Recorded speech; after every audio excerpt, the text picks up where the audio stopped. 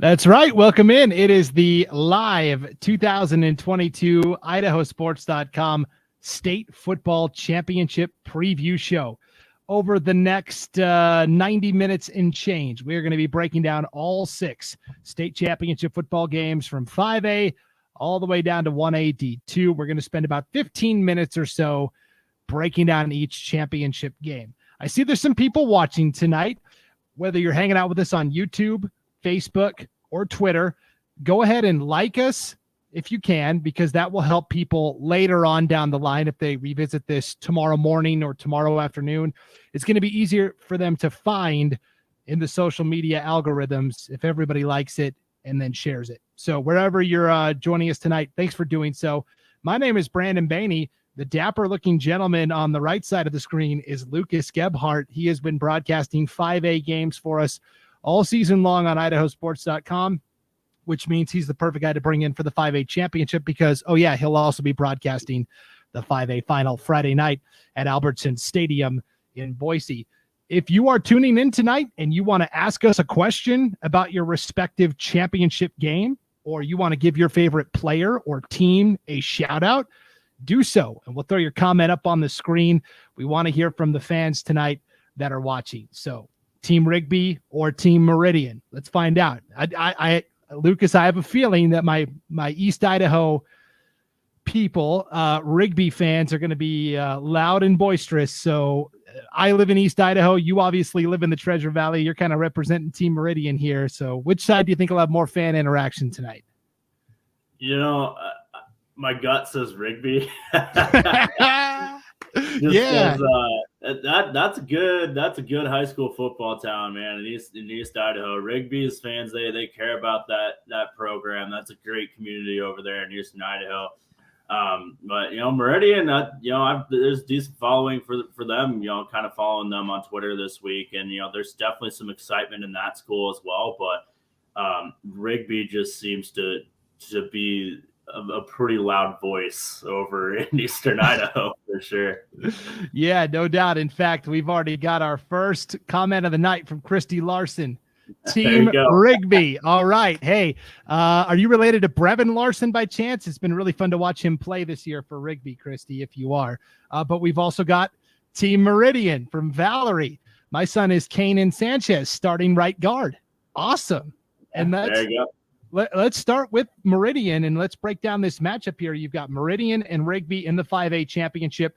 That Meridian offensive line, anchored by Kanan Sanchez and others, has done a fantastic job of really running the football this year, which is different from a year ago, right, Lucas? Last year they had Malachi Martinez and they would spread you out and throw the ball all over the place. This year they've kind of gone a 180 to where they're a run-heavy attack. Yeah, they got a couple good running backs, Riley Byington and Marco Del Rio as well. Those are kind of the two main running backs for Meridian. But another Martinez is kind of running the show at quarterback this year. And you're kind of right. It's been a little bit of a different look offensively, but it's been effective for them. They're putting up 30-some points a game. They enter Friday night 11-0, undisputed number 1 team in the 5A classification.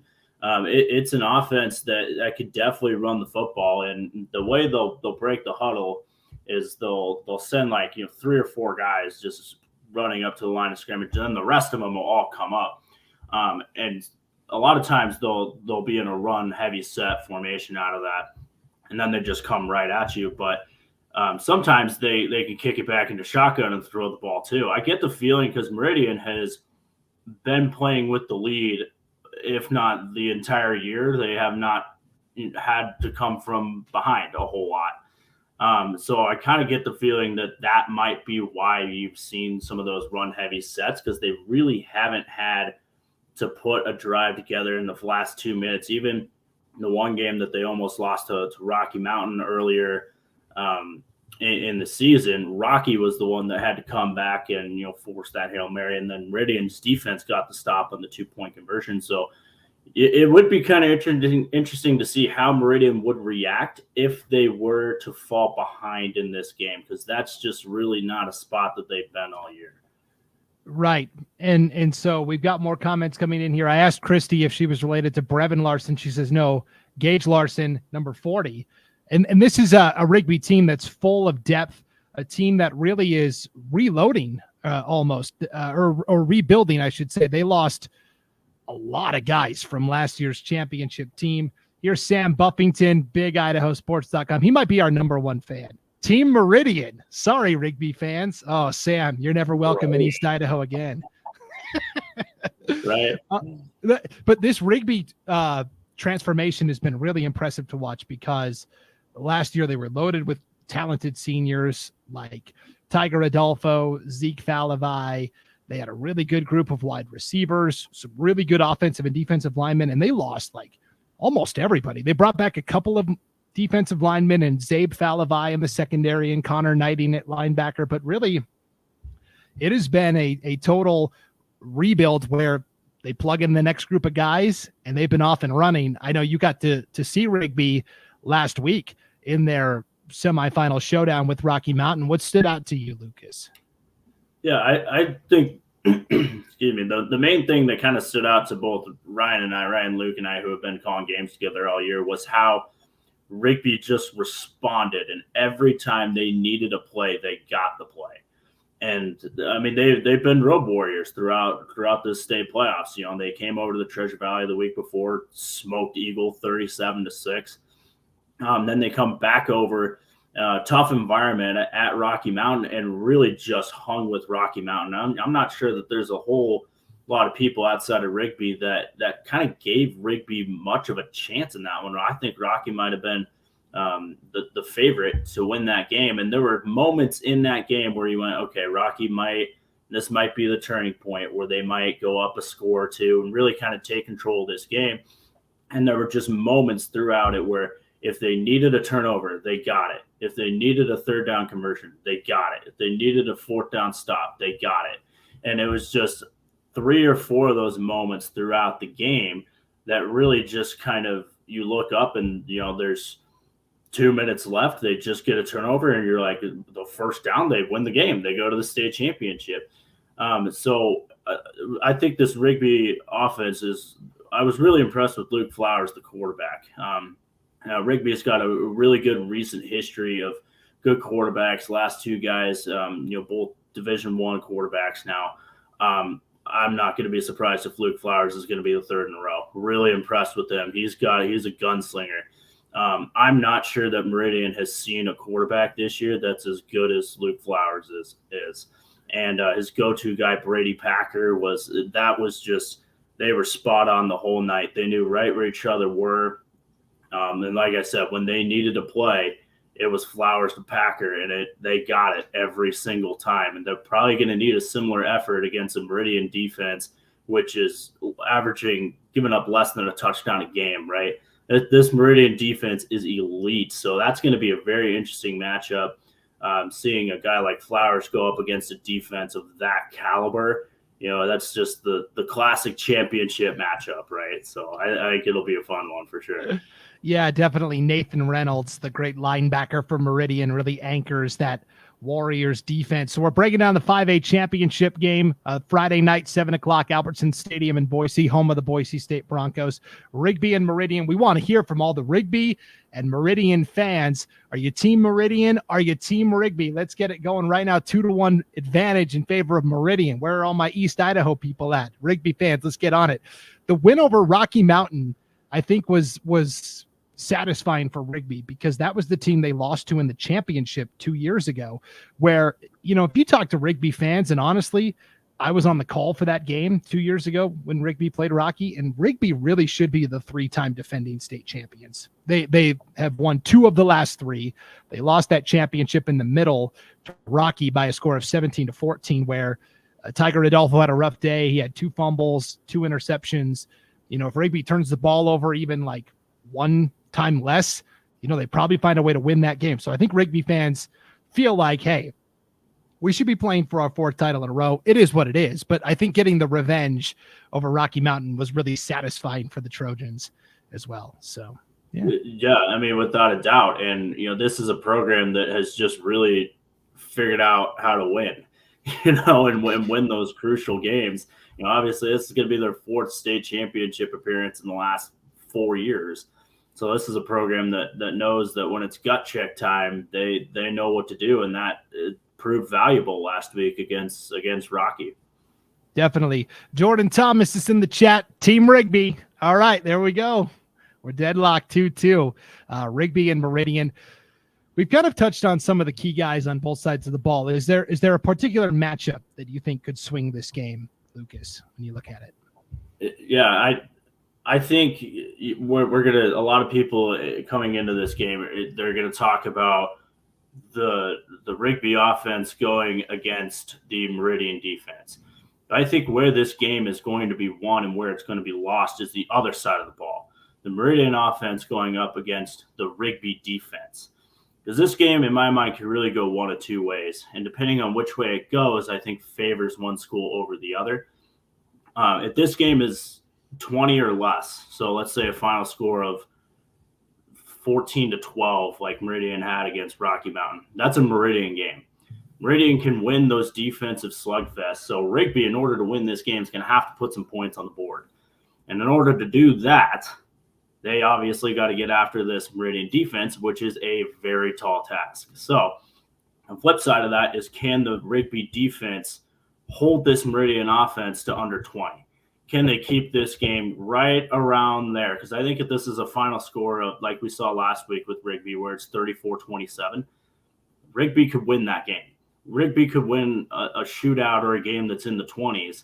If this game is 20 or less, that really kind of favors Meridian. And, this just kind of feels like it's going to set up as one of those classic endings where Flowers in the Rigby offense needs to go 75 yards, 2 timeouts in under 2 minutes against this unbelievable Meridian defense and, needing a touchdown or, whatever. It just feels like that's how this thing is going to shape up. But, I think the way this Meridian offense goes against that Rigby defense, that side of the ball, I think is where this game is going to be won and lost.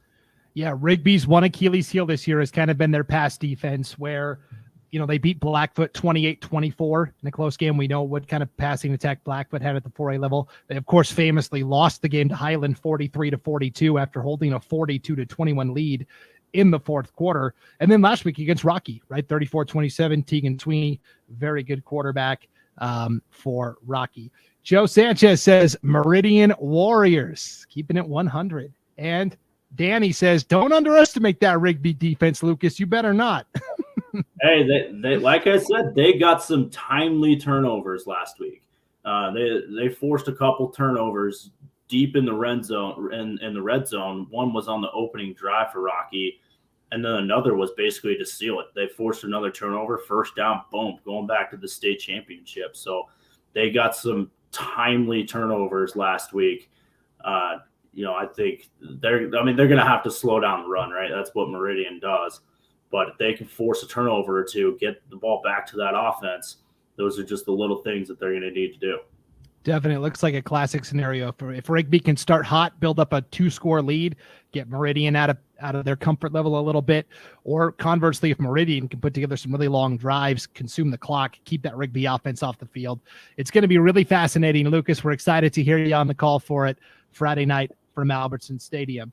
Thanks for popping on and breaking down the 5A championship. I think this is going to be one of the most exciting championship games of the weekend, just when you look at the two teams and how they square up against each other. So, yeah. Yep. I agree. We'll be watching it from the box up there in the blue we'll have to get out binoculars to see all of them down there. It'll be a little bit of a distance, but we'll pull it off.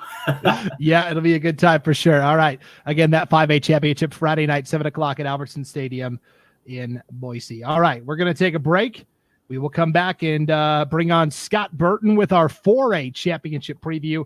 It's right after this. You're watching the 2022 IdahoSports.com State Football Championship Preview Show live on IdahoSports.com's YouTube channel, Facebook page, and Twitter account. We'll be back right after this. We're Valley-wide Country Store. For 100 years, we've been your number one choice for food, fuel, farm supplies, and just about everything else you could need to get you through your day. We know you work until the job is done, and so do we. For gas on the go, or a little extra to help you get down the road, you can count on us. We are proud to employ your neighbors and to be a cornerstone of your community. We're Valley-wide. Yesterday, today, and tomorrow, we're here for you. Welcome back to the IdahoSports.com 2022 state football preview show. Brandon Maney joined now by Al Bundy. What's up, Al? How you doing? Oh, just representing possibly the greatest high school football player to ever play the game. 4 touchdowns in one game, Al Bundy. That's right, Poke High. This is something Scott and I do every week on our Magic Valley Prepcast. Scott lives in the Magic Valley. He always comes on as a character and usually has some sort of prop to go along with it. So we're pretty excited. Good. I was just going to say this. I've been waiting to bust this out, and it's high school state playoffs, high school Polk High, and Al Bundy. There is not a better choice right now than this one. For sure. Well, I'm going to change you for the moment back to Scott Burton so everybody knows officially who you are and what you're doing. Okay, and Sean Kane hops on. He was your broadcast partner a couple weeks ago. Oh, yeah. Selling shoes. Hopefully you're not you don't become a shoe salesman like Al Bundy did. Nice. Well, I've got a lot of side hustles. Maybe that'll be one. For sure. One last comment, spill over from the 5A preview as well. Joe Sanchez from Meridian. I was on the field for the triple OT. Boy, Lucas and I didn't even talk about that last year. Meridian and Rigby played in that epic 3 overtime thriller. I don't even know how we didn't get to that. But you're right, Joe. That was a great win, and Meridian has the utmost respect for Rigby, and we're all excited for Friday's matchup. Another matchup we are equally excited for is the 4A state championship. This is going to be Friday night in Holt Arena, the late game of a doubleheader, 8:30 kickoff. It is Skyline and Bishop Kelly. It has been a long time since these two teams have faced, Scott, so there's a little bit of an unknown going into this 4A championship. Yeah, and I tell you what, you've got the 2 best teams in 4A, bar none. I mean, it's number 1 versus number 2. You've got the overall number 1 in Bishop Kelly, and you've got the 2-time defending state champs in Skyline at number 2. And this is a game that is really going to feature some playmakers. You know, I've done Bishop Kelly before. You've done Skyline before. As a matter of fact, you and I are broadcast partners for this game. And it's going to be epic. Not just the game, but the broadcast will be fun as well. But you look at both of these teams, and you are going to hear a lot of names. And, you know, let's start with Bishop Kelly. You know, Bishop Kelly is a ground and pound, kind of 3 yards in a cloud of dust, but it's more like 7 yards in a cloud of dust because they can really run the football. And it's Peter Minert that carries the rock most of the time for Bishop Kelly. I mean, this is a kid that had over 1,300 yards on the season to go along with 24 touchdowns so far, averaging over 110 yards a game. This kid is just a bell cow. I mean, they give him the rock and he makes it happen. But the offensive line of Bishop Kelly is stout. They've got them all back, and they just run the football very, very well. And that is going to be a key when we start talking a little bit about, you know, kind of how Bishop Kelly's going to win this game. We'll come back to that in a minute, because on the other side, you have got the top recruit in the state of Idaho in Kenyon Sadiq on his way to the University of Oregon to play tight end for the Ducks. I mean, this kid is the real deal.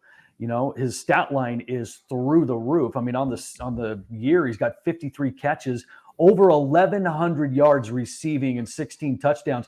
But the average is really kind of what stands out to me is he's averaging over 20 yards a catch. And to kind of further that point, look at his stat line last week, Brandon. It was absolutely nuts. 6 catches, 246 yards on 6 catches, 5 touchdowns. We were stunned broadcasting that game, Lauren Jensen and I, that Sandpoint never adjusted, because basically now for Skyline, to stop Kenyon Sadiq, you've got to bracket him with a safety rolling over as well. It takes 3 guys to stop him. I will say real quick, I want to hear from all the BK and Skyline fans that are here watching the show. First of all, if you're watching on Facebook or YouTube, hit that like button. That's going to help everybody tomorrow that may not be able to be with us live. They're going to want to tune in tomorrow, and the more likes we get, the easier it is for them to find on the social media algorithms. Here's Clover Smith. Let's go, BK. Hadley Smith, great quarterback for the Knights. Not sure. Smith's a pretty common last name. And then the Fuel Man, 68. Let's see that young Grizz O-line, sophomore center, Atticus Furman.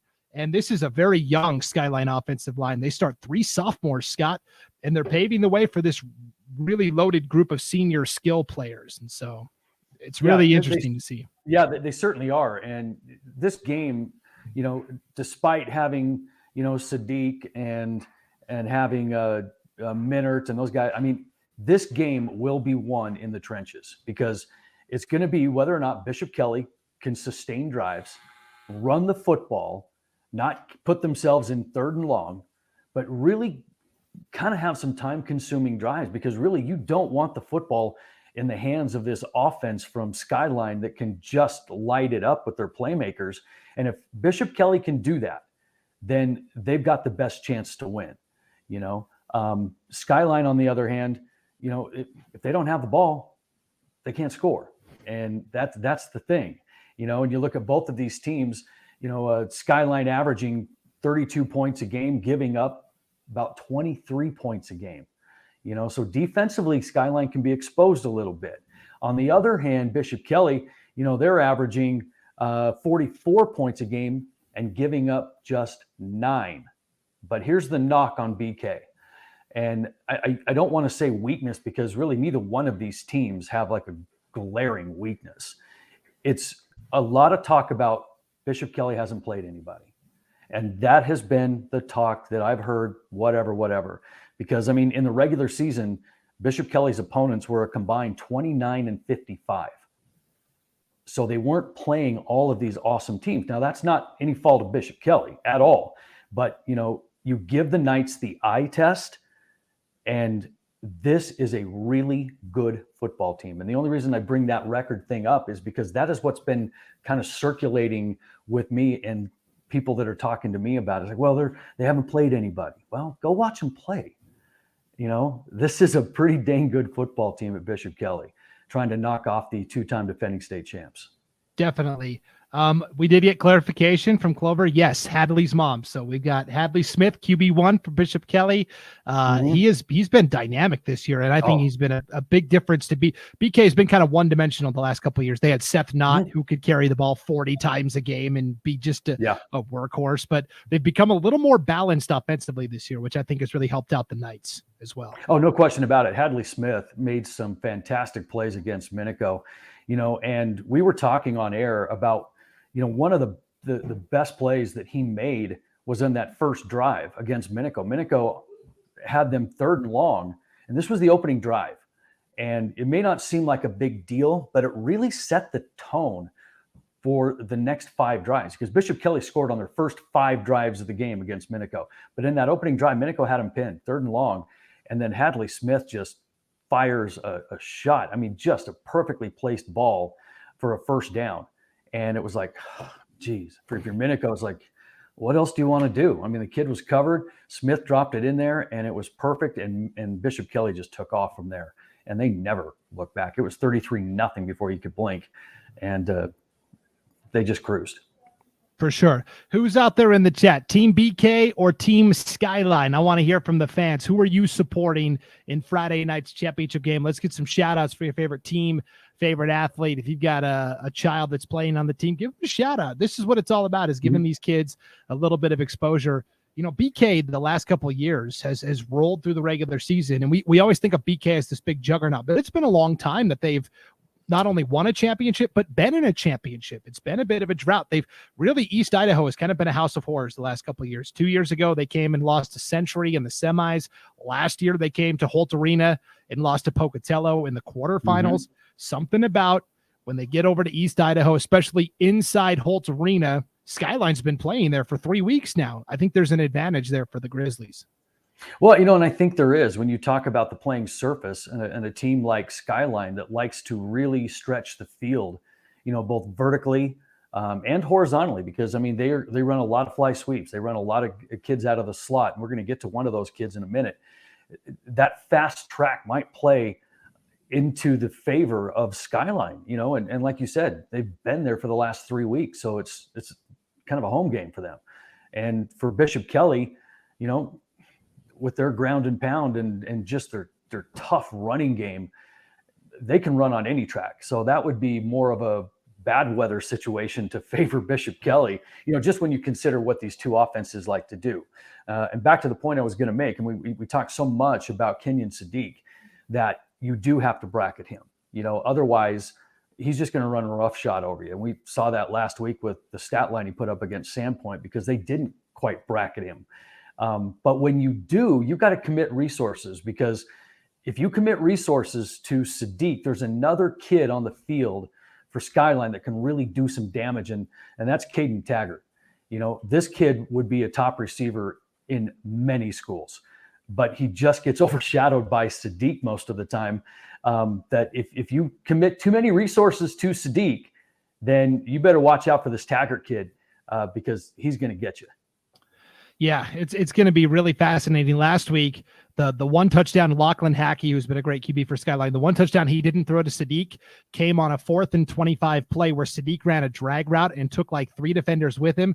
It left a freshman, Amani Morrell, wide open. It was like his 3rd catch of the season, and he ends up catching it for the touchdown. So yes, he is a problem for sure. Here's Tristan Edwards. BK is so physical. Skyline will have their hands full. You talked about those linemen. Yeah. Rakeem Johnson has really impressed me watching on film, a 2A lineman, and Jack Dennis. Boy, he's nasty at linebacker, and Legaretta too. They're a couple of nasty linebackers for BK. Oh, you look at Bordner, Dennis, and Legaretta. I mean, those are 3 physical linebackers, and you're absolutely right about the physicality. I mean, that is what's going to be the difference in the ballgame. We talked about offensively how Bishop Kelly's going to have to win the line of scrimmage and win 1st and 2nd down, and not put themselves in 3rd and long and passing situations. Not that they can't, but that's really not their game. But on the defensive side of things, how do you stop a guy like Sadiq and Taggart and Hackey? Well, you get pressure on the quarterback. You blow up their offensive line. And for Bishop Kelly, that is going to be a key defensively. Are they going to be able to get pressure on the quarterback and not allow them to go over the top like they like to do with Sadiq and hit the home run ball? They're going to have to put a lot of pressure on Hackey. And Bishop Kelly, they've got the line to do it, because you're right, they are physical. Yeah, it's going to be a really fascinating battle Friday night, 8:30 inside Holt Arena. Scott and I will be on the call for it as Bishop Kelly takes on Skyline. Boy, 2 previews in, more Meridian fans, more BK fans. Where my East Idaho people at? This is one of the most passionate fan bases in the entire state. But boy, the West so far 2-0 in terms of fan shout-outs. We'll see if that'll improve with our 3A state preview. It's another East versus West showdown, Sugar, Salem, and Homedale. We'll talk about that with Lance Taylor right after the break. You are watching the 2022 IdahoSports.com State Football Championship Preview Show. There's a shout out for Skyline. All right, there we go. Going into the break. We'll be back with more right after this on IdahoSports.com. Later.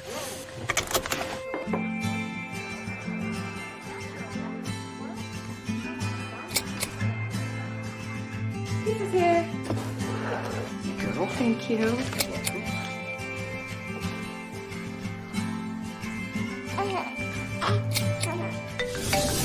Hello? I was in an accident. Are you okay? Yeah, I'm fine. I had my seatbelt on. Speaking of seatbelts, buckle up for championship weekend here on IdahoSports.com and across the state of Idaho. Brandon Maney back with you here on our live state football championship preview show. It's time to talk a little 3A football. Lance Taylor is going to be broadcasting this Saturday at 1 p.m. This is the lone Saturday championship game. It's at 1 o'clock Saturday over at Middleton High School, Sugar Salem, and Homedale. We've never seen this matchup before, have we, Lance? Never. The nice thing is, being the only Saturday game, we'll have plenty of filler info to talk about, because we can talk about all the other games that have taken place. But yeah, got a good one coming up. This will be 5 years in a row that Sugar and Homedale have played each other in the state playoffs. 4 of them now will have been in the state championship game. Definitely. We're getting some spillover comments from our 4A preview here. Lynn wants to hop in. BK has nothing Skyline has not already seen. They've played 9 teams that are in the state playoffs. We talked about BK kind of played a weak schedule. Skyline certainly battle tested. So yes, we want to hear from you, the fans. If you are Team Homedale or Team Sugar, let us know, and we'll throw your comment up on the screen. If you want to give a shout out to your favorite player, you want to ask us a question about the game, let's hear it. So far, Lance, we've done 2 previews, 5A, 4A. It's been West versus East. Both times we've had more West fans. Where are my East Idaho people at? Where's Digger Nation at? Let's hear from some Sugar fans. Hopefully they'll shout out here. Well, yes, for sure. And while you're sitting here watching on Facebook, YouTube, or Twitter, hit that like button, please. The more people that like this, it makes it easier for people that are coming back tomorrow that weren't able to be with us live. It'll be easier for them to find it tomorrow with more likes. So just hit that thumbs up button. It takes 2 seconds. Like, usually we don't ask you to do things, but just hit the thumbs up button. It's going to take 2 seconds, and it'll help everybody out tomorrow. All right, let's talk Sugar Salem, because they are the team that, boy, since that overtime loss to Weezer last year in the state championship game, where they came up a half yard shy of it all. Overtime. Yes, double overtime. They have been a team on a mission. Everything they have done through the offseason, all the other sports they compete in, has been building up to this moment to get back to the championship and claim what they think should have been theirs a year ago. Yeah, I mean, they're a team that's very focused. That's the way I would put it. They're extremely focused after last year. They didn't like that taste in their mouth, and it takes that full next year to have that taste switch. And so that's what Sugar Salem's looking to do, and they've been focused all year long. They haven't really had one of those games that we look at and say, well, that was a game they just didn't take seriously. Every game they've taken seriously. I'm not saying every game they've played wonderful or they've played awesome in, there have been some mistakes here and there, but every single game they have showed up to play, and they have played hard every single game, and the results speak for themselves. Yeah, I mean, 10-0, one of the few undefeated teams that is still playing at this point in the season. And really, their closest game was 28-9 against Layton Christian, a very good Utah team, right? That's the team that's got either 4 or 5 players that are headed or committed to Division I programs. And Sugar jumped out on them, quickly, and never let them back in it. Definitely. Here's our first comment. Josh Bingham, let's go Blue. Diggers are well coached, disciplined, and balanced. I don't know if you're related to Ryan Bingham or not, but he's been balling out on that defensive line lately. He's been phenomenal to watch throughout the playoffs. So Sugar's got, last year they were very run heavy with Carson Harris, who was a sophomore tailback. This year, they've really diversified, where it's not uncommon to see 10 different guys tote the rock in any given game for Sugar on offense.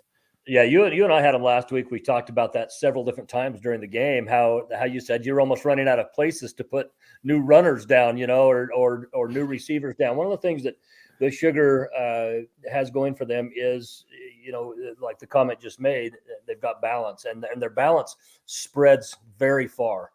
And sometimes that causes some defensive struggles for teams, because each runner kind of brings a different little skill set to the table, are you going to have to defend a guy that has good lateral movement? Are you going to have to defend a guy that kind of bowls people over frontwards? And when you can switch to those many types of runners, it really causes some headaches for defenses.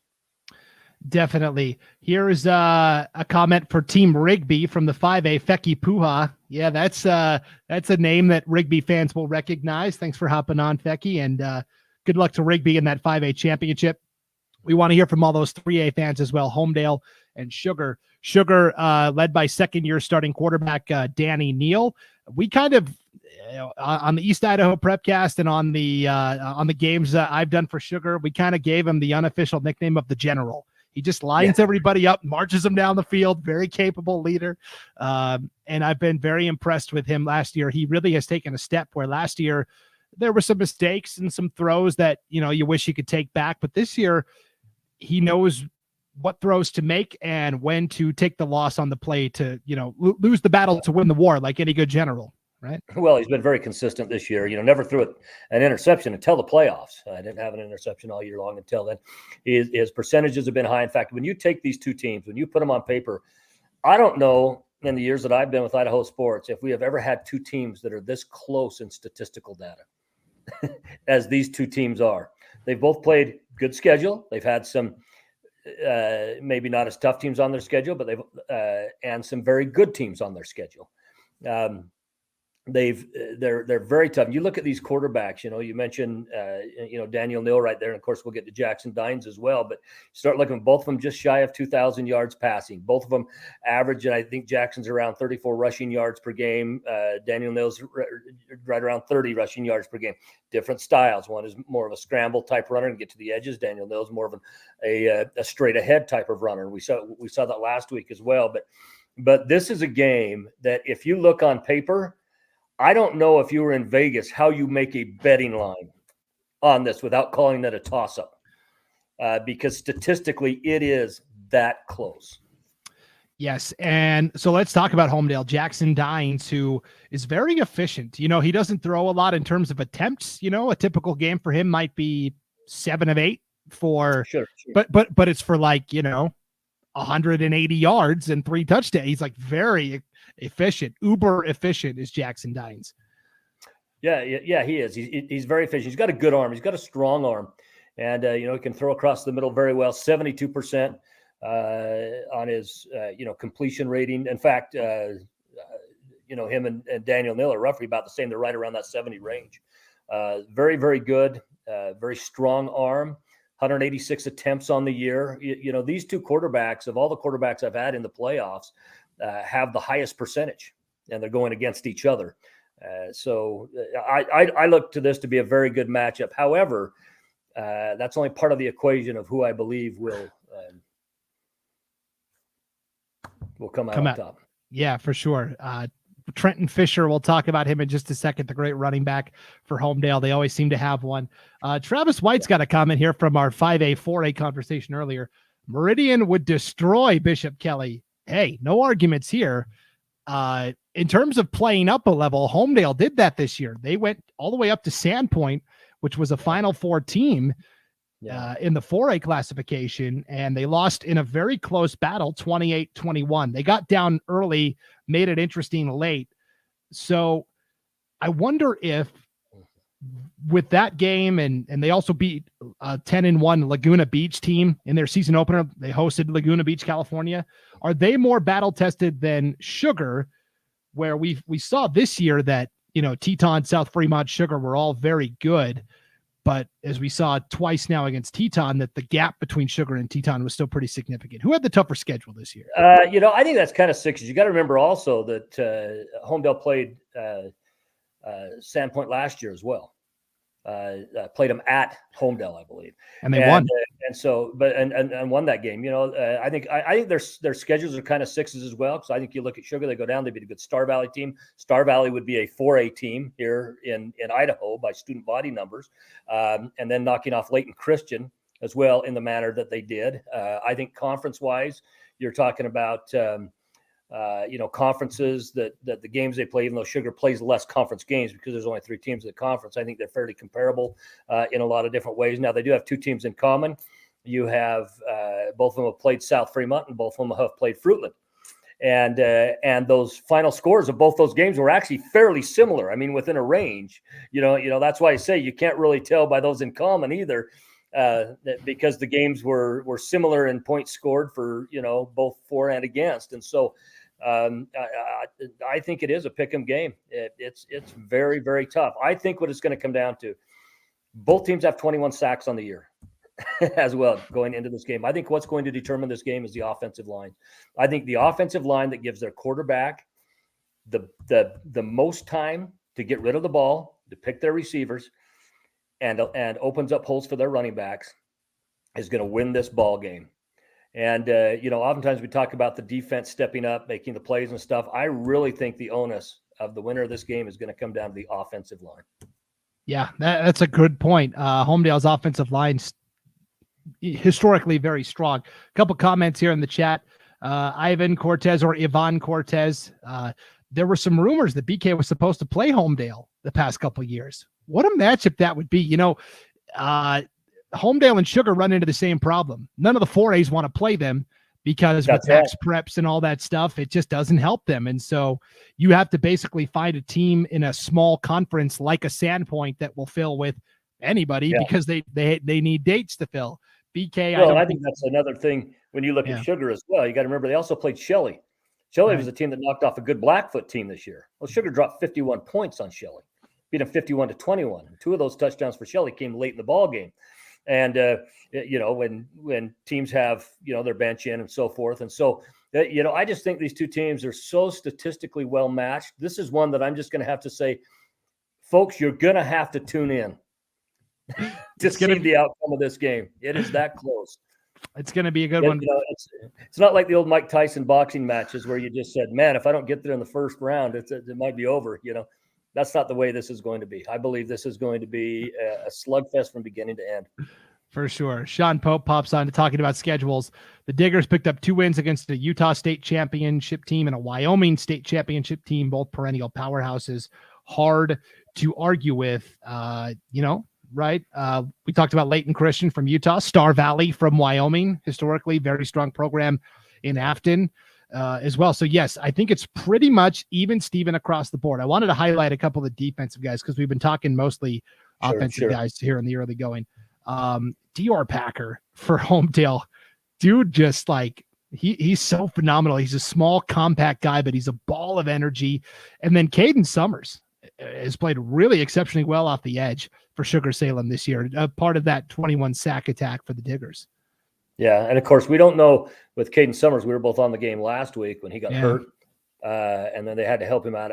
He did not play in the second half. They had to help him out of the locker room, even over to the sideline. I have not had a chance to talk to Coach Richens this week specifically about Shug. That's what he goes by, Caden Summers. I haven't had a chance to talk to him about him, so I don't know exactly where he stands on that. However, once he left last week, Ammon Lee filled right in at that position and picked up right where Caden Summers left off. Of course, Ammon Lee, comes from that great family. Had the uncle that's listed as one of the top 20 best players to ever play for BYU. His brother was a defensive end for Utah State. Finished his eligibility, I think, 2 years ago. So, Ammon Lee, very capable of stepping up as well. Definitely. And then, wide receiver DB types, Sigmund Good for Homedale, Ty Herlinger for Sugar. A couple of guys to keep an eye on there as well. All right. So you keep telling me everything's even across the board. It's going to come down to which offensive line does better. Is there any advantage for Homedale in playing closer to home and playing outdoors? Sugar has been inside Holt Arena for the last game. Homedale's been outside the entire time. Is there any, because when it's so even, you're looking for little things that could separate the two. Well, if there wasn't history between these teams, I would say definitely. But there is history. First of all, weather never affects an East Idaho team. Let me just lay that down right now. There's no team that goes from East Idaho to West Idaho and plays outside and says, "Wow, that was bad weather."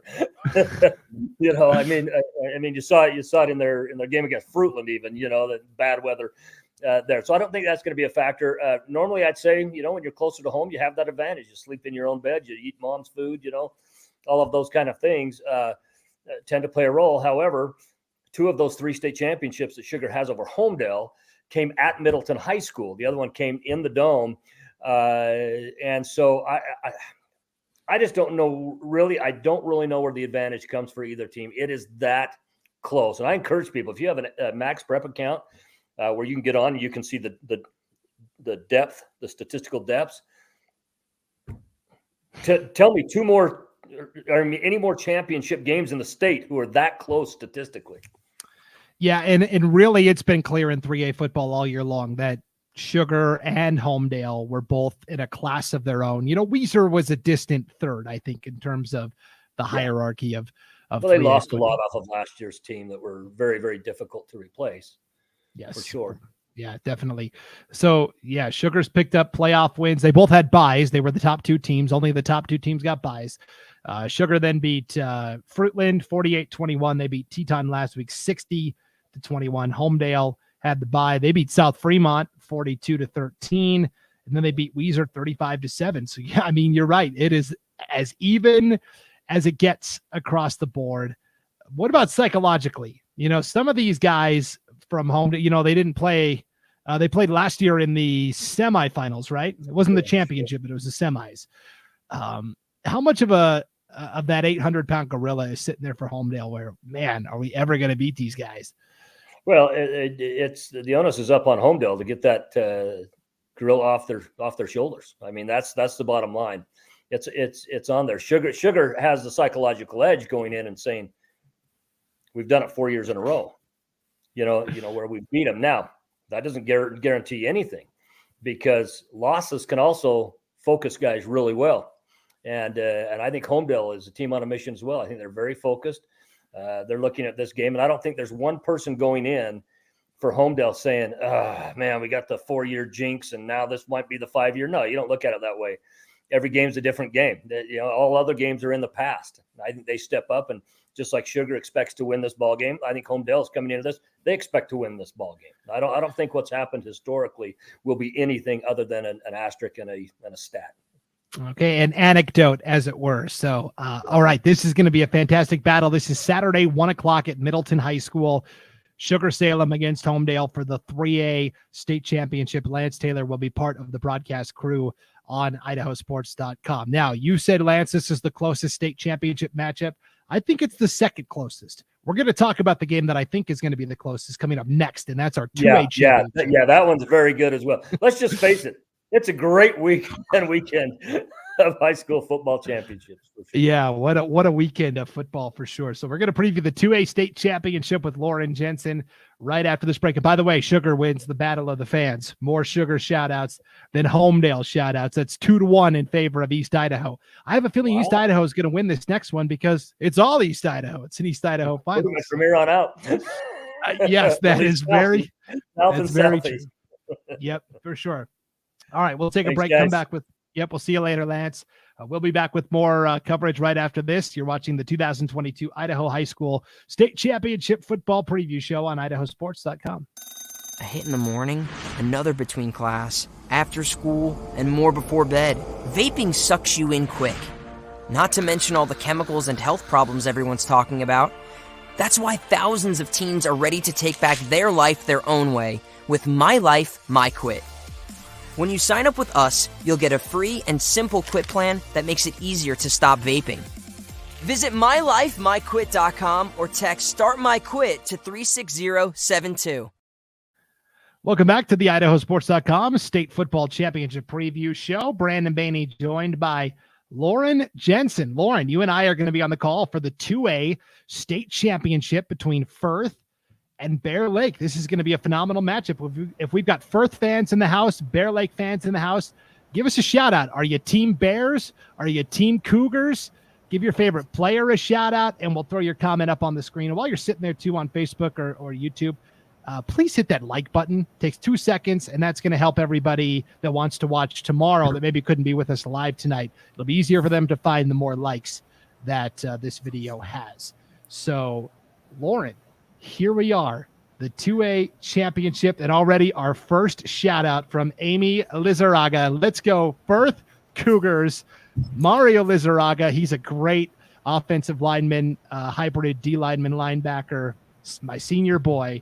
This is a Firth team now that's been to the championship 3 years in a row, Lauren. Is this the year they finally break through and win this thing? Well, if it is, they're going to earn it because this is a fantastic Bear Lake team as well. And so, I'm a 6th district guy, right? I live in 5th district now, but I've lived in the 6th district for years. I know the Firth kids, I know the coaches there. And so I'm excited for them to be there and get another opportunity, but they're going to earn every bit of it if they can beat this Bear Lake team that has, let's remember, beat the unbeatable twice this year. And so, and the West Side Pirates. And so it's going to be a tall task for both teams. Yes, I think we have to start with Bear Lake because they beat West Side in the regular season 28-27 in overtime in a game that snapped West Side's 35-game winning streak, gave Bear Lake the number 1 overall seed. Then they meet up in the semifinals last Saturday at Holt Arena. And like the Twilight Zone, 28-27 in overtime. Bear Lake wins again. I would have never predicted that in a million years. Not that Bear Lake wouldn't win, but that it would be like by the exact same score and in overtime. It's just wild for Bear Lake. And we should mention Bear Lake and Firth played this year in September. Bear Lake won a very close game, 21-14. Yeah, in fact, that 21-14, one of 2 losses for the Firth Cougars. The only other loss was to West Side, first game of the season. Of course, that a very close game at Bear Lake. And so that there's a little advantage for Bear Lake there. But, if the Cougars are going to try to get things done, they've got to beat them. And it's on a neutral-ish field, I guess you could say. I think Firth has a little more experience playing there at Holt Arena.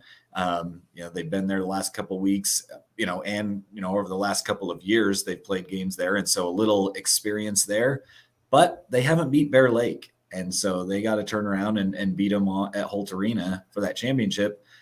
On the other side, Bear Lake, they've only lost one game this season to North Fremont, who the Cougars had their number all season. And so there's a few common components there. I mean, the Cougars, if I'm not mistaken, they didn't allow a touchdown. Is that correct? To North Fremont? That's correct. They shut them out both times. And so, there's a little psychological game there too, is, the team that you guys lost to, we shut them out twice this year. Yeah, it was so funny. It was the opening week of the season for 2A football, and Bear Lake lost to North Fremont. Firth lost to Westside. So everyone's going, oh yeah, Westside North Fremont championship, lock it up. And now it's Firth and Bear Lake doing the same. The first time they played in September, the game was tied 14-all at halftime, and really it was the third quarter touchdown pass from Tayson Neal that won the game for the Bears 21-14.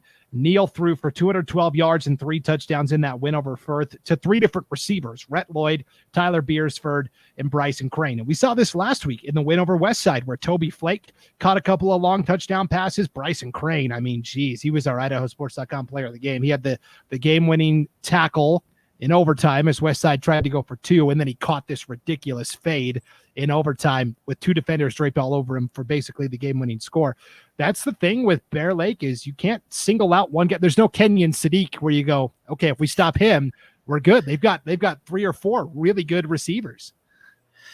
Yeah, you talk, about receivers. They've got, Bryson Crane with over 400 yards, Tyler Beersford over 400 yards on the season. Between those two guys, 12 touchdowns. Then you got Rhett Lloyd with 20, and 6 touchdowns. And then you throw in Toby Flake and Brady Shaw, 3 touchdowns apiece. I mean, you've got 5 guys that can hurt you, catching the football. And the guy throwing it to him has 24 TDs on the year and only 4 picks and over 1,700 yards throwing the football. And that doesn't figure in any of their rushing offense. That's all through the air. And so just a big offense for the Bear Lake Bears that, I think they're going to need it. This game, my prediction there, it's going to be over 21 for both of these teams. I mean, we're going to be 20 plus, probably 30 plus trying to score the football. So we'll see who can win it. Here's a funny comment from Jody Reeves. Jody's a Grace fan. I'm sure he'll have a lot to say in our next preview. I'll pick the blue and black team because both teams, of course, wear those colors. And I think you're right, Lauren. This season, these teams have been defensive oriented, right? Bear Lake's allowing, I think, like 13 points per game on average. Firth's allowing like 8. I think that's a big credit to Rigo Vasquez, the defensive coordinator, and now in his first year as head coach at Firth. That Firth defense, if you've never seen it before, it's something to look at. It's a little offsetting for an offense because they've got the 4 defensive linemen that are fanned out really wide, and then they've got 2 linebackers that walk up to the line and they're kind of like horizontally tilted, and then they've got 2 inside linebackers but all these guys wear like numbers that are in the 50s, 60s, or 70s. Like linebacker Garrett Nelson wears 79. Like there's a lot of interchangeable. So it's like, what's this D tackle doing standing at linebacker? Well, that's just his number. It's really, if you haven't seen it before, it can be a little confusing. And I think Aberdeen was caught off guard a little bit by it last week in their semifinal game. Yeah, and and looking just the eye test at Firth and looking at their size, they've got some big kids, but overall, they're not a big defensive team, but they're fast. They hit hard. They are physical. And, in their playoff game against North Fremont had 1st and goal at the 2 on their first drive, and Firth stuck them. I mean, and they did that a couple of times through Firth. They are just a strong up front. They can defend the pass well. They don't give up a lot of run. And I think you're right. There's a lot of just maybe some confusion with that defense as just the way it looks. Yes, definitely. Amy, of course, commented earlier. Let's go Firth Cougars. Where are my Bear Lake fans at? It's all Firth chatter amongst the fans. Give your favorite player a shout out. Give your favorite team a shout out. Are you Team Bear Lake? Are you Team Firth? We'll throw your comment up on the screen. And then, so we talked about Taysom Neal, Bear Lake's quarterback. 6 foot, tall, spins the ball really well. And then you've got like the exact opposite with Gage Vasquez of Firth. He's one of these guys that I feel like has been around for 10 years because he's been playing since day one. He's finally in his senior year. Very excellent wrestler for Firth High as well, as a lot of these guys are. But he is, 5'4" and very shifty. He is a hard guy to bring down. He almost rushed for over 100 yards, threw for over 100 yards, a true dual threat quarterback. Which is odd to say for a kid that's 5'4", and he's about 130 pounds with all of his pads on and a couple of knee braces. And so he's not a big kid, but he is so shifty. I've seen him make multiple guys look silly trying to tackle him. I mean, he's an escape artist. When he's flushed out of the pocket, you might as well be trying to sack Houdini because he just spins away from guys. And then he keeps his eyes down the field. He's not just going to take off and run. If he has got an open receiver, he's going to hit him, and he's got a good arm for not being a big guy. He can really sling the ball. And so he's going to be a challenge to corral for Bear Lake. They've done it before, but they know that the challenge that's ahead of him.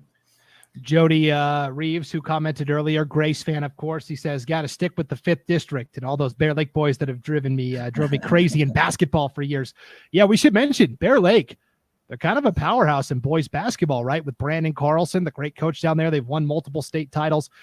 Coach Carlson's son, Keaton Carlson, is a good two-way lineman for Bear Lake, defensive end, and then an offensive tackle as well.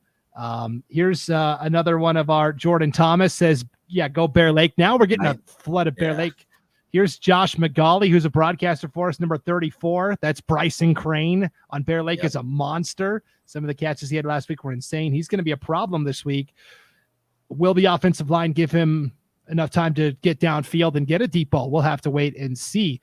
And Firth's got a lot of good receivers as well. It's not like there's one guy you can target there. Burton Park, Alex Vasquez, lately, Shook, the tight end, has been coming on strong. So there's some really good receivers for Firth. Yeah, I mean, you have to mention Burton Park in their win against North Fremont. He had 285 yards receiving. I mean, and some of those were just like out in the flat, and then he ran for 99 yards. And so Burton Park, another one of those seniors for Firth, that's just a phenomenal receiver. They've got several guys that Vasquez can throw it to, including his cousin, Alex. And so there's just guys across the board on both sides. I mean, Bear Lake's got those guys as well, that there's just athletes, 5, 6, 7 guys on both sides of the football on both teams that are playmakers that you've got to account for on every snap. And it's going to be a good one. You mentioned this one might be the closest. It's just going to be a phenomenal football game. I'm so excited that we get to broadcast this. This will be a game in Holt Arena. This will be a Thursday night contest, the late game on Thursday night at 8:00 as Firth takes on Bear Lake. Last week against Aberdeen, here's John Sparks, Bear Lake strong for sure. So last week when Aberdeen played Firth in the semifinal round, they had a very interesting defensive strategy that worked for like a half, and then Firth made some adjustments where they only rushed 3 guys, and they dropped back 7 into coverage and said, we're not going to let these receivers beat us. And then they had a spy on Gage Vasquez, and it happened to be Brody Beck, who's an all-state linebacker. I think you do have to put a spy on Gage Vasquez because you hold your breath when he drops back the pass. Like, what's he going to do with it? So I thought it was an interesting tactic by Aberdeen. The thing was, Firth adjusted at halftime and started getting Vasquez on the edges more quickly instead of dropping back, like a traditional passer, and Aberdeen never really adjusted to that. So the chess match that's going to take place between Coach Vasquez for Firth and Ryan Messerly, the head coach at Bear Lake, is also going to be fascinating, I think. Yeah, and here's the other thing. In that game last week with Firth and Aberdeen got up. They were up 14-0, if I'm not mistaken, early. Yes. They got a couple turnovers that they scored on, and I don't think Firth can afford to do that against this Bear Lake team. If Bear Lake gets that early jump on them, it's going to be very difficult for Firth to come back into that game. And so I think that's an important thing. I'm sure that Firth talked about and Bear Lake, like, hey, let's force some turnovers early. Let's get a jump on these guys. And on the other side, Firth, Coach Vasquez saying, we can't afford to turn the ball over. We have to be solid with the football. Yeah, Taysom Neal, we talked about what a great quarterback he is for Bear Lake. He's just as good in the secondary. The first time they played Westside, he had a 55-yard pick six. That was a big key in Bear Lake getting the win. So, and it's 2A football. Right? Gage Vasquez also a very solid, and Alex Vasquez and Burton Park, they're all great DBs as well. So, yeah, I think this is going to be the best game of the weekend. I've said all year long that the 2A classification was the most wide open. And I think we saw that throughout the season and even into the playoffs. So I'm very excited to see what Bear Lake and Firth have in store for the rematch. Lauren, thanks for hopping on and breaking down the game for us. Yep, it's been fun. I'm looking forward to working with you tomorrow night. Jump on. What else would you want to do on a Thursday night?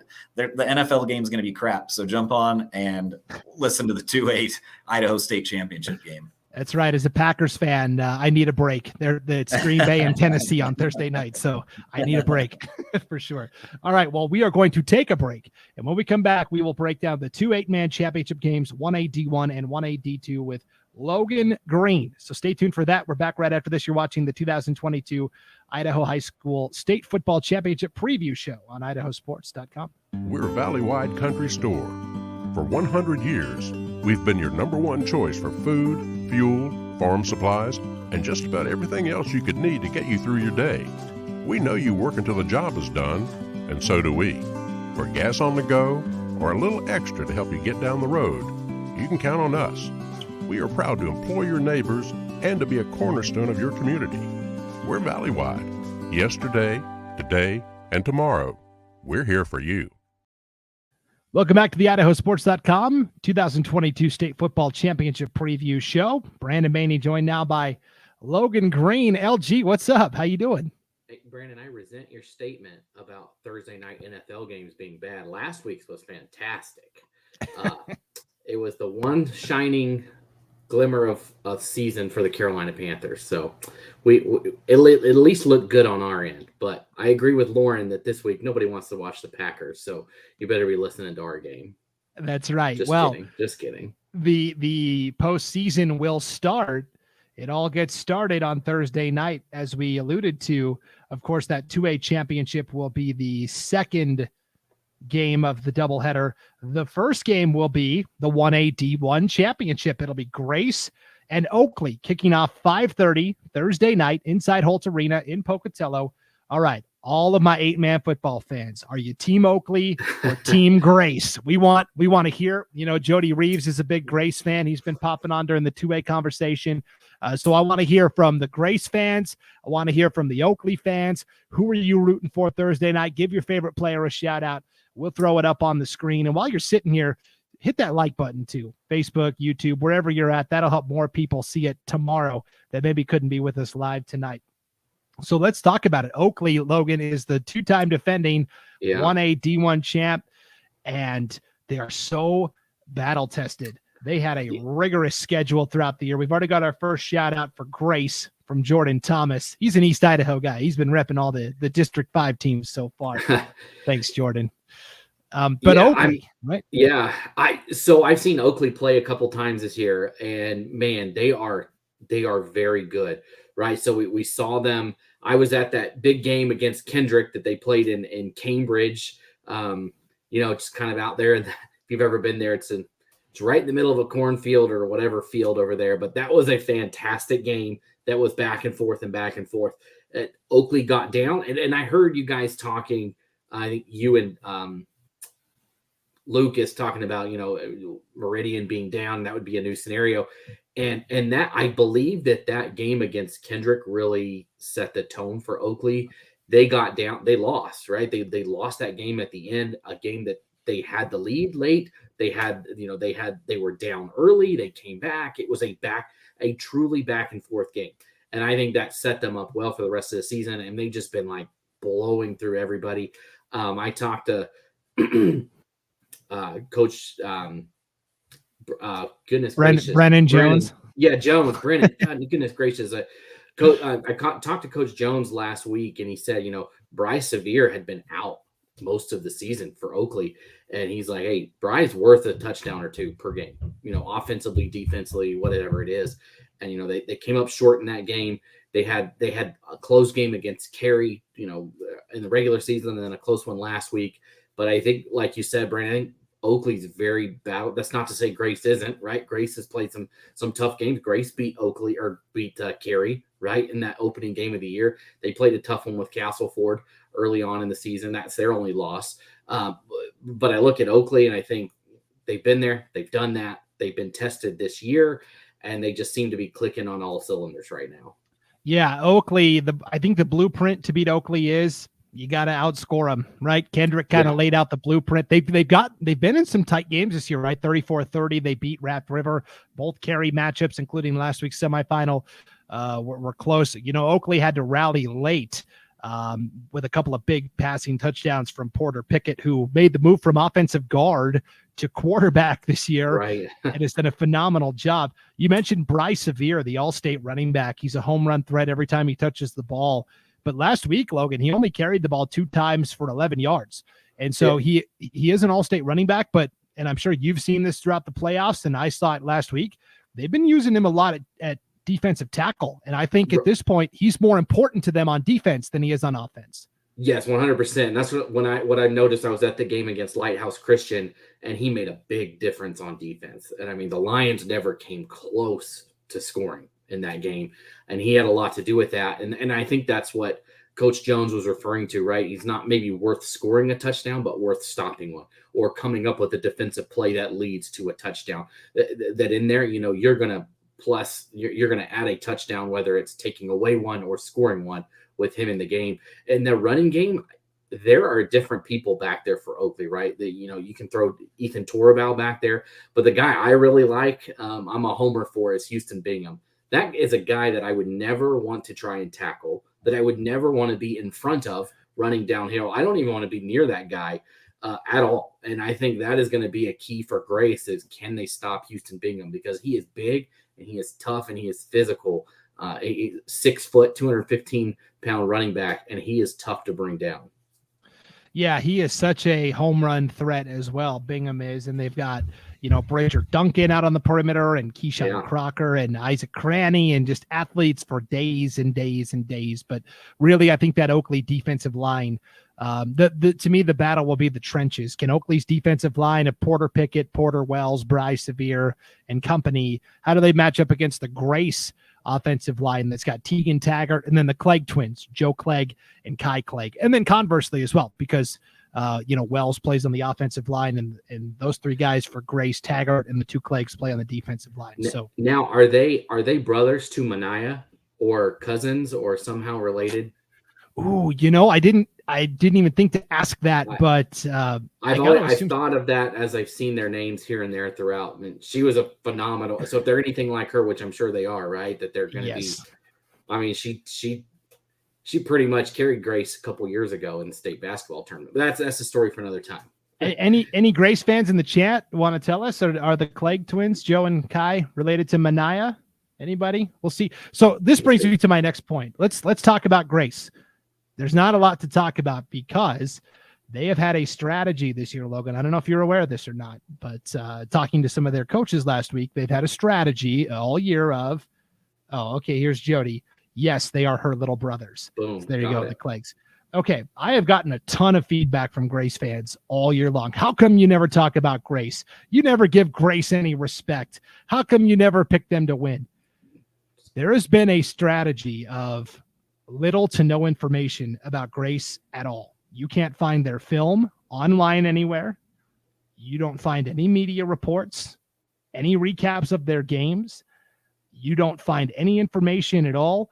Will Henneke, who is my co-host on the 8-Man Prepcast, he texts every 8-man coach, or just about every 8-man coach, every weekend for his 3 stars awards, and he always gets the same response back: good team win. That's it from Grace. It is like Fort Knox. There is no information to be had whatsoever. And so Grace fans understand It's not that I don't like your team. It's that literally there are barriers put in place that prevent me from doing my job. I would love to come to Grace for a game, and maybe I will next year, but short of going out there every time they play, I mean, there's got to be some give and take with that. So I hope Grace fans understand it's not that we don't like your team. It's that there have been barriers in place that have prevented us from learning more about the team. But like I said last week, we're down to the Final Four, and now we're down to the Final Two. There's nowhere left to hide. I mean, at this point, great for Grace to get here to the championship game. I can tell you a little bit about what I saw last week in the semifinals, but I mean, either they're going to show up and win or they're going to get exposed, and everybody will see it because it's on the state level, the highest spotlight. Right. And it's, I don't know, Brandon. I mean, you were there last week, but you look at it and they really have kind of run through their schedule. I mean, they had, like I mentioned, that they beat Cary, which is a great game. And I think Cary ended up, that was the first week of the year, and I think Cary turned the ball over 7 times in that game. And so, if you're Grace, you're sitting there saying, hey, we can force turnovers. And I don't even think that was a touchdown. I think it was anyways, it was a crazy game from what I heard, the 7-0 win there. But then they lost to Castleford 8-0. And then outside of that, they had pretty much kind of dominated their schedule. They had a close game against Butte County, obviously, and then a close one against Lighthouse Christian. And so, I mean, if you do the transitive property, right, you say, I think Oakley's maybe had the tougher schedule going forward, has really dominated even an opponent that we've seen played here for Grace, but you just don't, like you said, it's just what else is there to know about Grace except for what you saw this weekend, Brandon? Yeah. So the first 3 games of the year for Grace, a 2-1 start, but a 7-0 win over Cary, a 38-30 win over Lighthouse Christian, and then that 8-0 loss to Castleford. And from there, it was like a switch was flipped. And all of a sudden they were running roughshod through everybody. Was it the schedule? Yeah, the schedule did soften up, right? Water Springs, Rockland, Chalice Mackey, Wells, Nevada, not exactly a murderer's row. Was it something that head coach James Newby did, maybe made a tweak to the scheme they were doing or personnel? I don't know. I have no idea. Couldn't tell you what the turnaround was because, again, no information coming out of there. But something changed, and I guess we'll find out. Was it a weaker schedule? Was it the team playing better? We'll find out on Saturday. Yeah, and I mean, to beat Butte County, right? I believe that game was in Arco. Yep. And that's a good team. I mean, I know Butte County fell to Cami, who then Grace beat last week, but I believe that game was played in like a torrential downpour. I saw some pictures from that game. You got to wonder how much of an effect that had on Butte County, but they still won that game, right? And they beat Butte County, or Grace did a couple weeks ago. They beat Raft River, who finally was healthy again. I think towards the end of the year, Raft River was hobbling throughout the season. Tate Whitaker was out. Some key pieces were gone, but everybody was there for that game, and Grace wins by 30. And then Cami won. District 2, always tough. Always. Doesn't matter if they were a little bit down this year. Always really good, and they take care of business there. So we just don't know. We're gonna have to wait and sit back and find out tomorrow night. Definitely. That Cami game last week was 14-12 at halftime.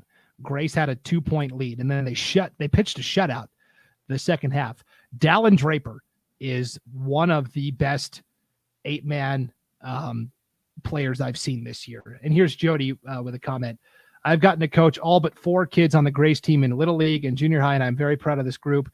They play as a team and win as a team. No individual superstars, kind of echoing what Coach Newby tells us every week. I will say that Dallin Draper really impressed me. He's kind of an H-back on offense. He'll play tight end and fullback. He had a touchdown catch last week, but defensively, oh my gosh, he made life miserable for Cami in that second half. He pretty much set up residency in their backfield. So Dallin Draper's a dude. Titan Anderson is the quarterback. He had 5 touchdowns total. He had 3 through the air, 2 on the ground. This is a team, and he did a really good job of buying extra time. He would drop back to pass, and there'd be nobody open, and he would scramble left and then reverse back right. And basically, he's like on the sandlot going, yeah, no, you go long. He's calling it. And they had a 2-point conversion, Logan, attempt from the 25-yard line, and they connected on it. Anderson threw it to Draper. So, and you know what? like Jody was saying, like you've said, that there's a lot of balance on this team, but it does have to start somewhere, right? And with Anderson, what he's been able to do at quarterback has been great. And that line, being able to hold it, to give him the time to dance. I don't know what else you call it besides dancing around in the backfield, right? You're directing the show back there. You go here, you go here. You got to have some guys up there that are holding that line, that are making sure Titan can do that back there. And so you start right there looking at that. You look at the defense not giving up any points there in the second half when their back was up against the wall. And you like what you see in there, and teams grow throughout the season. They haven't lost since September. Same with Oakley. That game was back in September in the heat of the summer. A lot of guys were getting cramps in that game at Cambridge. But it'll be interesting to see, again, you've mentioned it in other ones, in the controlled environment of the Dome. Both teams have played there so far. So that is a nice thing, right? That this isn't new to either one of them. They both played there, where they'll meet on Saturday or on Thursday, excuse me. Definitely. I think you hit the nail on the head there. I think it's Grace's offensive line and defensive line is really the success where it starts, right? There's got to be a foundation somewhere. And I think it's the Cleggs and it's Tegan Taggart up front on the line. So we'll see. It should be a very fun championship game between Oakley and Grace. One team we know, the two-time defending champs. We know they're good. Is Grace ready to be a major player in the 8-man game? First championship in school history on the line. We will find out. And they're kind of the mystery team. So it'll be a lot of fun to see how that shakes out. 5:30 Thursday night inside Holt Arena. All right, Logan, we'll take another quick break and we'll come back and break down the 1A D2 championship. Get your calculator out and get ready, because the over-under on total points in this game might be 100 between Dietrich and Kendrick. We'll talk about that right after the break here on the IdahoSports.com state football preview show right after this. Later.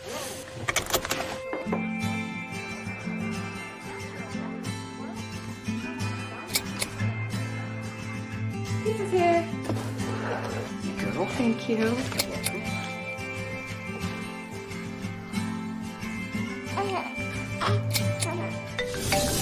Hello? I was in an accident. Are you okay? Yeah, I'm fine. I had my seatbelt on.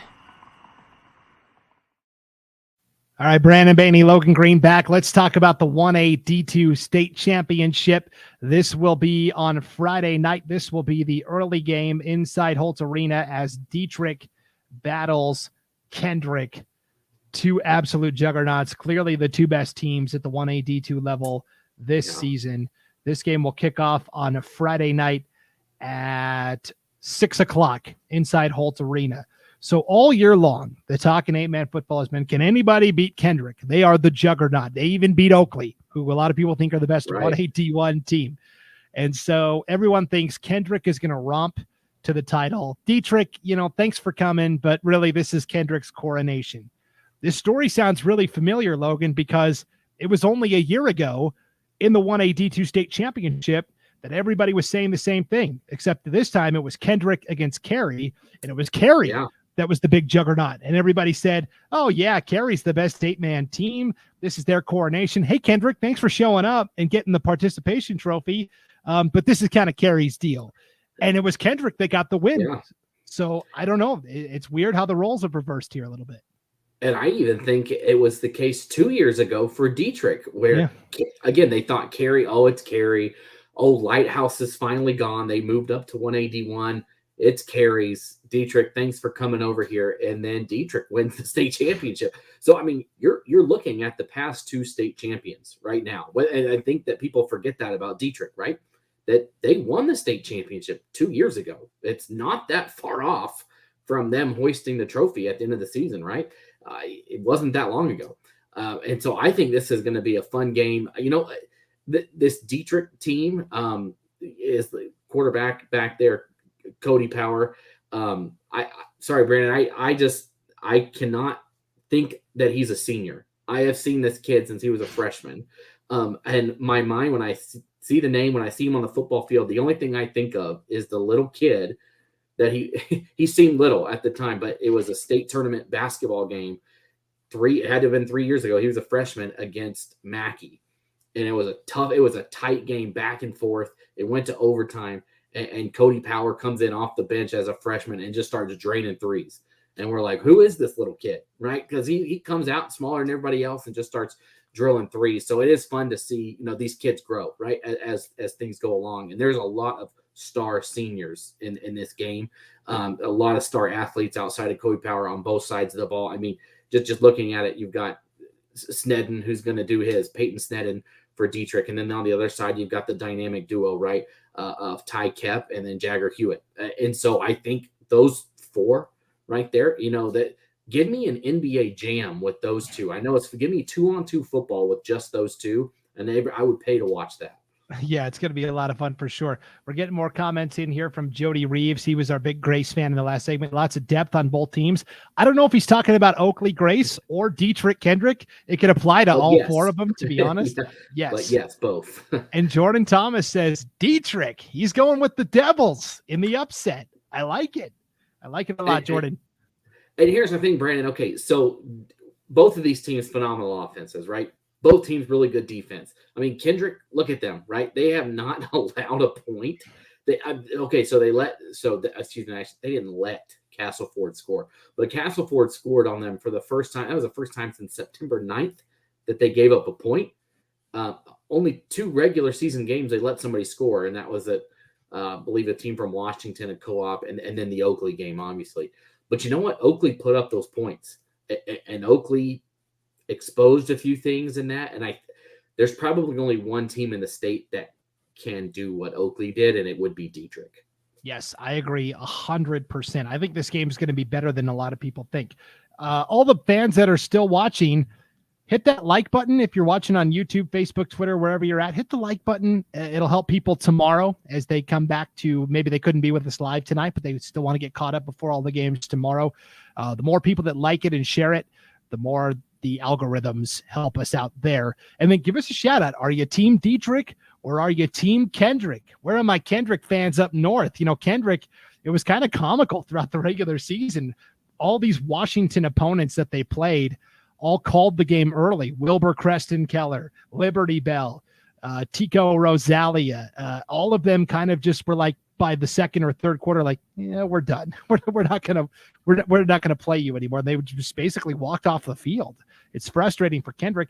And then of course, everybody marvels at the game they played against Genesee, a 1A D1 team in September, where they won 104-0. So yeah, and this is I know I'm going back to basketball again. It just reminds me a lot of Lapway, right? Where Lapway in basketball just rolls through everybody. Heck, they'll play 5A teams and beat them. Kendrick's a team like, yeah, was that fair for them this year that they kind of just slaughtered everybody they played outside of Oakley? Like, for them, it's not, I don't know. I can't imagine that being like, you want that competition, right? I mean, winning's great, but I think that they're looking forward to this. I think, and they want to prove themselves and that they can do it even at a state championship level. Like they're going to have this weekend. But I think Dietrich is probably chomping at the bits too. They're not one to back away from that. And I bet Dietrich, I can only imagine, is ready for this. They want the opportunity. Kendrick has that target on the back. And I think all year that target was very far away, right, from their opponents. They knew it was there, but they didn't even want to get near it. And Dietrich wants to get right up in front of it. They want to get at it. They want it. And they're probably the team that can take a shot at it. Just to give you an idea of the offenses that we're going to see Friday night. This is just from last week. Single game settings, the semifinals. Kendrick beats Castleford 38-8. Ty Kep ends up with 297 yards and 4 touchdowns passing, rushed for 52 yards and 2 touchdowns. Jagger Hewitt, 8 catches, 172 yards and 4 touchdowns. He caught all 4 touchdowns from Ty Kep. Jagger Hewitt is just one of 2 seniors on this year's Kendrick team. So, they got a lot of juniors and sophomores, including Ty Kep, who's been starting since his freshman year. Dietrich. Yeah, go ahead. Yeah. No. Go, Brandon. I was going to say, and then Dietrich beats Garden Valley 72-20. Cody Power, 215 yards, 4 touchdowns passing. He rushed for 213 yards and 5 touchdowns on the ground. Peyton Sneddon had 41 yards and a touchdown on the ground, 3 catches, 93 yards, 2 touchdowns. Connor Perkins, 5 catches for 92 yards and 2 touchdowns. I mean, there's just star power up and down the lineup on both these teams. Yeah. I mean, it is. They are loaded. There's no other way to say what these two teams have offensively other than loaded. And they have put up points. I mean, Dietrich was held a little bit in check in that game against Castleford, and same for Kendrick for that matter. A little bit, of resistance from Castleford. Both of them ended up defeating the Wolves, but both of them, their lower outputs were against the Wolves, and Castleford, a great team, obviously finished where they finished for a reason. But you look at that and you think, I think it's going to be a good game. I just think that there is going to be a lot of points, and it might be the first one to 60. It could very well be. I mean, and that's the thing. Let's go back a division. Oakley's defense is extremely good, and Kendrick scored on them. It wasn't a problem. Kendrick is going to score. They're going to score. So if Dietrich wants to win, they have to score. They have to. And so I think that is where it is for me, in my opinion, is can Dietrich continue to score like they have? And they're going to have to score on every drive. Like you can't have turnovers. You can't have 3 and outs. You can't punt beyond midfield. You have to put points on the board when you've got the ball. And we'll see, because I think Kendrick's going to get theirs. I think they are. And so I think that comes down to, can Dietrich do it? And they clearly have done it all regular season. And we're not saying that they can't. We're just saying I think that's the key in my mind, is that they are going to have to score to keep up. So definitely. Jody says cheering for Dietrich, but hard to bet against Kendrick. I don't disagree. Kendrick is missing a pretty significant player. Their great 2A lineman, Dallas Morgan, 6'3", 250, and a junior. I mean, you just don't have that kind of size in 8-man football typically.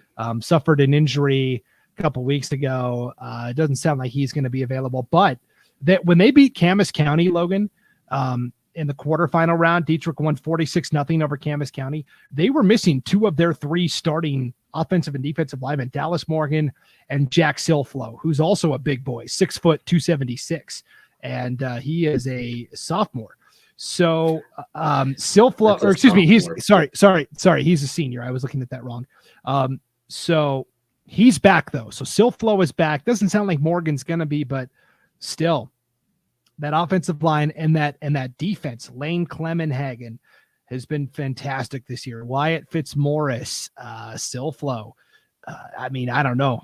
Kendrick is so good, but they're so far removed from everything, right? They're kind of way up north. We don't really get to see them too often. They played a lot of Washington schools. So again, it's kind of the unknown. And Dietrich is, if anybody's going to do it, Dietrich's got the best chance, right?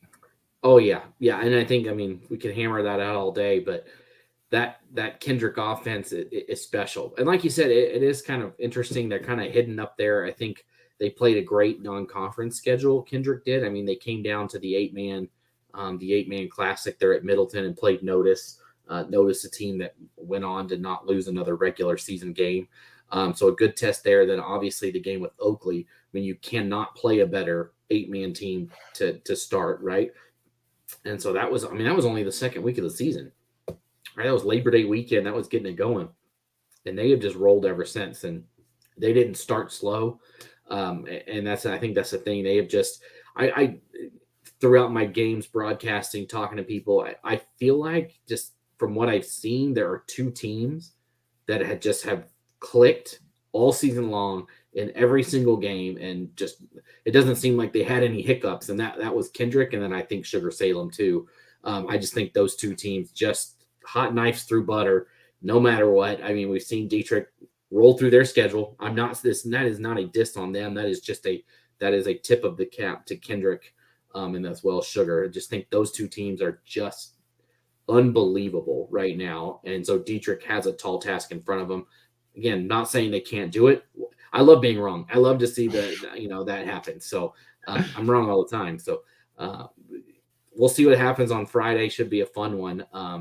I just think it's good for Kendrick to, last year that state championship was up there, right? And I just don't think people have seen them, right? They're going to play on Friday.